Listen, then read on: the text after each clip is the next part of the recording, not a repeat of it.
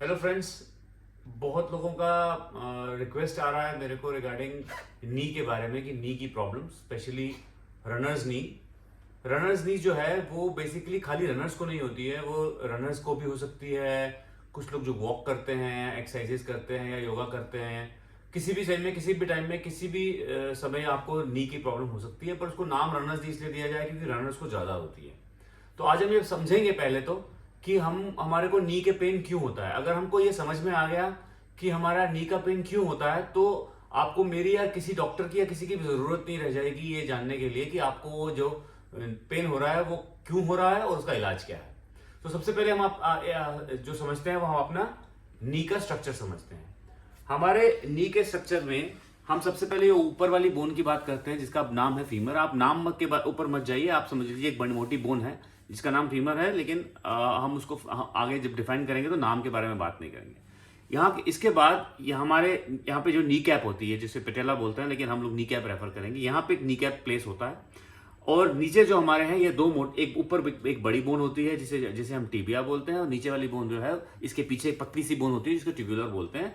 आप वो छोड़ दीजिए, ऊपर की मोटी बोन और नीचे की बॉडी बोन, और यहाँ पे हमारे नी कैप है। नी कैप से हमारा एक बैंड जाता है जो इसको यहाँ इसके ऊपर होल्ड करता है, जो हमारा टेंडेंट होता है। यहाँ से एक और बैंड जाता है जो हमारा इस नी कैप को नीचे की बोन के साथ होल्ड करता है। ये इस पोजीशन में इनको रखता है। ये क्यों है? सीधा ही जाता। नी कैप की जरूरत क्या थी? नी कैप की जरूरत इसलिए है कि जब भी मैं मूव करूं अपने आप को तो ये हमारे मोशन को, हमारे स्टेप को स्टेबलाइज करता है। हमारा जो ये लेग का मूवमेंट है ये जब हम रखेंगे तो ये ऐसे पड़ेगा, ना कि हमारे नेक को पढ़ते समय डिसबैलेंस होने के लिए या इसको 90 डिग्री या लेफ्ट या राइट जाने के लिए देगा। तो इसको हमको बैलेंस करने के लिए ये हमारे यहाँ एवोल्यूशन में हमारे बॉडी में ये आया है। अब हमारा होता क्या है, जब मैं वॉक करता हूं या चलता हूं या एक्सरसाइज करता हूं तो हमारे यहाँ पे इसके ऊपर एक ग्रूव है। इस बोन पे यहाँ पे आप गड्ढा सा देख सकते हो, ये ग्रूव है। जब मैं कभी चलता हूं या दौड़ता हूं तो जब मैं आगे गया तो आप ये देखते हो ये जो हमारा जो मैंने नी कैप बोली ये मेरे ऊपर ग्रूव में चली गई। अब जब मैं पीछे गया तो ये नी कैप जो है वो नीचे आ गई। ये कैसे आई नीचे, कैसे ग्रूव में गई कि जो मेरी ये ऊपर वाली मसल्स हैं, क्वाड्रिसेप मसल्स हैं, जब इनको इसको ऊपर खींचना था तो ये कंप्रेस हुई, इसने इनको ऊपर खींचा, और जब इसको नीचे जाना था तो ये एक्सटेंड हुई, इसने इसको नीचे जाने दिया। इसको एक्सटेंड करने के लिए हमको पीछे की जो मसल्स हैं, ये हैमस्ट्रिंग्स जो है, ये कंप्रेस हुई। तो ये हमारा पूरा नी का कैप का मूवमेंट का। अब जो नी कैप जहां पोजीशन है उसके नीचे जो बोन है उसके नीचे एक हमारे कार्टिलेज या एक, आप जैसे हमारे कहते हैं एक, जैसे हम लोग कभी कोई टाइट करते हैं नट वगैरह, हम एक रबर की पेस्ट लगाते हैं ताकि आपस में दोनों मेटल टकराना है। इसी प्रकार से ये है। और भी चीजें होती हैं, फ्लूइड वगैरह, हम उसके अंदर नहीं घुसते, लेकिन इसके नीचे कुशनिंग होती है जो हमारे जब मूव होता है तो ये उसके ऊपर स्मूथली कुशन मूव करती है ताकि हमारी बोन्स में ना टकराए, उसमें स्वेलिंग ना हो। अब क्या होगा कि जब हमारा हम जब मूव हमारे को जब पेन होगा तो वो पेन इसलिए हो रहा है क्योंकि जो मेरा नी कैप है ये मेरा जिस तरीके से मूव करना चाहिए था उस तरीके से मूव नहीं कर पा रहा। वो उसकी वजह से क्या होगा, जो नी कैप है ये किसी ना किसी बोन से, नीचे की बोन से, ऊपर की बोन से, साइड्स की किसी बोन से ये टकराएगी। जब वो टकराएगी तो वहां पे इन्फ्लेमेशन, सूजन आ जाएगी। सूजन अगर हम कंट्रोल नहीं करेंगे, हम भागते रहेंगे पेन के अंदर ही, तो वो बढ़ती जाएगी। बढ़ते बढ़ते वो हमारे जो लिगामेंट्स हैं इनके ऊपर असर करेगी, और अगर और हम कुछ ना कुछ करते रहे तो ये उनको डैमेज कर सकती हैं, उसमें टेयर आ सकता है, थोड़ा सीरियस इंजरी हो सकती है। अब हम बात करते हैं, ये हमने देख लिया। अब हमको ये देखना है कि हमारे जो पेन है वो हमारे नी में किस तरफ हो रहा है। अगर तो मेरे को ये पेन जो है वो बाहर की तरफ से हो रहा है मैंने एक वीडियो बनाया है आईटी बैंड्स के ऊपर। हमारा एक आईटी बैंड है जो हमारे साइड से आता है और जो नी के साइड में से पास होकर नीचे जाता है। ये आईटी बैंड का पेन है अगर आपके बाहर की, दोनों नी के बाहर की साइड पे हो रहा है। अगर ऊपर या नीचे पेन हो रहा है तो वो हमारे मसल्स जो इसको होल्ड कर रहे हैं उसकी वजह से हो रहा है, जिसके बारे में बात करेंगे हमें क्या करना चाहिए। अगर आपका नीचे इनर साइड पे हो रहा है तो again it is just because of कि आपका ये होल्ड नहीं कर पा रहा है। और अगर ये आपका ऊपर इस तरफ ऊपर जो है यहाँ पे दर्द हो रहा है तो दिस प्रोबेबली इज बिकॉज आपका मूवमेंट ठीक नहीं पड़ रहा है या पाँव का, या और भी कारण हो सकते हैं जिसके कारण से आपको यहाँ पे स्ट्रेस पड़ रहा है। अब होता क्या है कि जब हम ट्रैक पे जाते हैं रनिंग करने के लिए तो हम एक तरफ भागते हैं। अगर आप सिर्फ एक तरफ भागोगे तो जब आप भागोगे तो आपका जो लेग्स का मूवमेंट है टर्न के टाइम पे वो एक ही तरफ स्ट्रेस रहता है। इसकी वजह से जनरली आपको आईटी बैंड की प्रॉब्लम या अंदर की प्रॉब्लम आ सकती है, क्योंकि आप नी कैप को फोर्स कर रहे हैं बार बार एक ही तरफ अपने नेचुरल मूवमेंट से अंदर की तरफ जाने के लिए। इसी प्रकार जब हम रोड पे चलते हैं या वॉक करते हैं या किसी ट्रैक पे वॉक करते हैं, जो वॉकिंग के ट्रैक बने होते हैं, तो जनरली उनमें बारिश का पानी ना जमा हो उसके लिए एक आर्च सा बना होता है, तो हम एक साइड में चलते हैं। हम ये रियलाइज नहीं करते अगर हम इस साइड पे चल रहे हैं जहां पे तो हमारा एक पाँव हल्का सा नीचे और एक पाँव हल्का सा ऊपर रहता है। अब जब मैं और जनरली लोग क्या करते हैं, जाते एक तरफ से हैं आते एक तरफ से हैं, नॉट रियलाइजिंग कि ट्रैक का जो कर्वेचर है वो इस तरीके से है कि अगर मैं गया ऐसे और आया ऐसे तो दोनों टाइम पे मेरी सेम टांग नीचे रहेगी। उसकी वजह से अगेन हमारा काइनेमेटिक्स का डिसबैलेंस हो जाता है, जिसकी वजह से मेरे नी कैप के ऊपर एक पर्टिकुलर स्ट्रेस पड़ेगा। मेरा नी कैप को मैं अवॉइड करवा रहा हूं कि वो सीधा नहीं पड़े, मैं जबरदस्ती उससे बोल रहा हूं कि तो जो मेरा पाँव नीचे जा रहा है तो उसको काउंटर करने के लिए इसको हल्का सा राइट की तरफ जाना पड़ेगा। तो जनरली क्या होगा, मेरे यहाँ दर्द होगा या फिर मेरे जो पाँव नीचे जा रहा है उसके बाहर की तरफ आईटी बैंड की तरफ दर्द होगा। इसी प्रकार कुछ लोग हैं जो योगा कर रहे हैं या एक्सरसाइज कर रहे हैं, जंपिंग कर रहे हैं, उनका दर्द हो रहा है, तो सेम प्रोसेस जब वो ये सब प्रोसेस कर रहे हैं, या कुछ लोग हैं जो बोलते हैं हम ट्रेडमिल पे चलते हैं तो हमारा दर्द हो जाता है, वो सब का प्रोसेस यही है कि उनके बेसिकली मसल्स में प्रॉब्लम है। क्या प्रॉब्लम है? उनके मसल्स टाइट है, वो हैप्पी नहीं है, खुश नहीं है।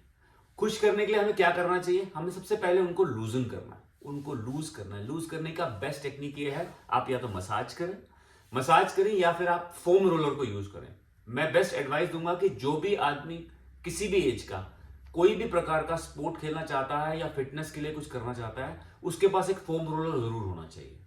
फोम रोलर का वीडियो मैं सब्सिक्वेंटली बनाऊंगा, लेकिन यूट्यूब पे आपको बहुत सारे फोम रोलर के वीडियोस मिल जाएंगे।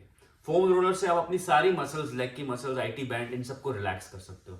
ये बहुत जरूरी है। दूसरा इंपॉर्टेंट बात यह है कि जब भी हम लोग रनिंग, वॉकिंग या कुछ भी शुरू करते हैं, तो हमें इंश्योर करना है इस बात को कि मैंने अपनी मसल्स को उस एक्टिविटी के लिए पहले एनर्जाइज कर लिया है। दैट मीन्स कि ये नहीं कि मैं घर से जा रहा हूं, मैं नीचे सीढ़ियां उतरा या मैं कार से बाहर निकला या स्कूटर से उतरा और मैंने रन या वॉक शुरू कर दी। आपको अपनी मसल्स को एक्टिवेट करना है। आप ये वॉक से पहले भी इसको करना जरूरी है, और किसी भी एक्सरसाइज से पहले, चाहे आप योगा कर रहे हैं, चाहे आप स्ट्रेंथ ट्रेनिंग कर रहे हैं, से करना जरूरी है एक्टिवेट।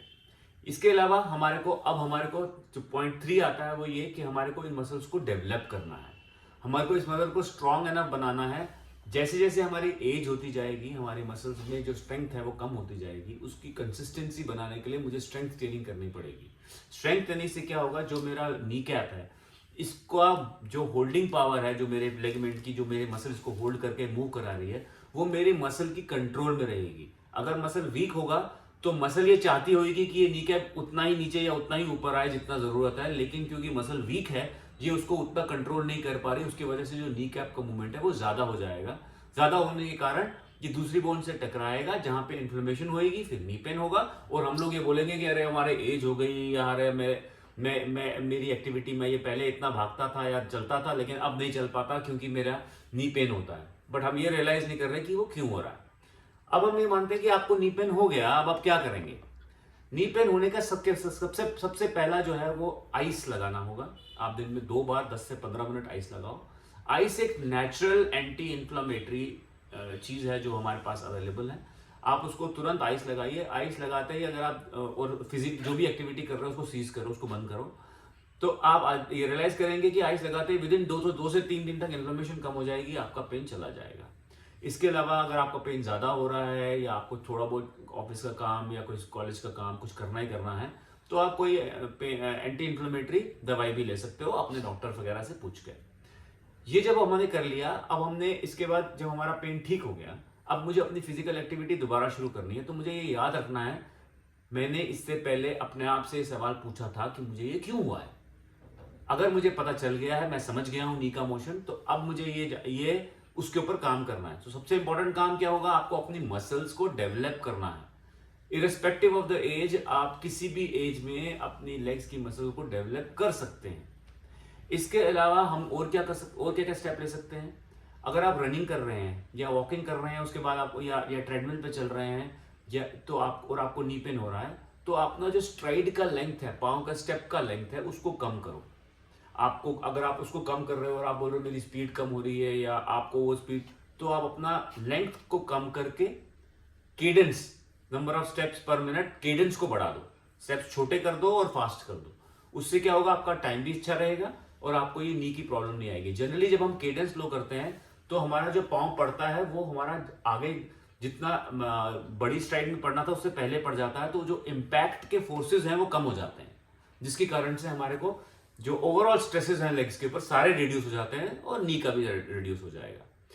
और ये इस हमको, और जब हम एक्टिविटी दोबारा शुरू करते हैं तो हमें लाइट एक्टिविटी से शुरू करना है। स्ट्रेंथ मसल को बढ़ा, आहिस्ता आहिस्ता बढ़ाओ, स्ट्रेंथ बढ़ाओ, फ्लेक्सिबिलिटी बढ़ाओ और उसके साथ साथ आप एक्टिविटी बढ़ाओ। आजकल बहुत सारी एक्टिविटीज ऐसी आ गई हैं जो आप कर सकते हो अपनी नी और लेग्स की मसल को डेवलप करने के लिए, जैसे कि आपका आजकल एंटी ग्रेविटी ट्रेडमिल्स आ गए हैं, आप स्विमिंग पूल में रनिंग वॉकिंग की एक्सरसाइजेस कर सकते हैं, आप और स्ट्रेचिंग के बहुत सारे योगा और बहुत कुछ ऐसा कर सकते हैं जहाँ से आप इसको स्ट्रेंथ और फ्लेक्सिबिलिटी दोनों प्रोवाइड कर सकते हैं अपना खुद का बॉडी वेट यूज करके। सो आपका नी का प्रॉब्लम इस तरीके से सॉल्व होगा। आपको कोई भी आदमी ये बोलता है कि किसी भी चीज किसी भी एज में कि अब आप ये नहीं कर सकते, आपका ओल्ड हो गया है, नी की प्रॉब्लम आ जाती है एज में, ये सब गलत है। आपका जो कारण है वो सिर्फ और सिर्फ मेनली आपका मसल्स का है। अगर आप उसको एड्रेस करेंगे आपको कभी नी की कोई प्रॉब्लम नहीं आएगी किसी भी एक्टिविटी को करने के। मुझे उम्मीद है कि आपको ये पूरा समझ आ गया होगा। फिर भी अगर आपका कोई सवाल है तो आप मुझे लिखें, मैं आपको जवाब देने की कोशिश करूँगा। Thank you.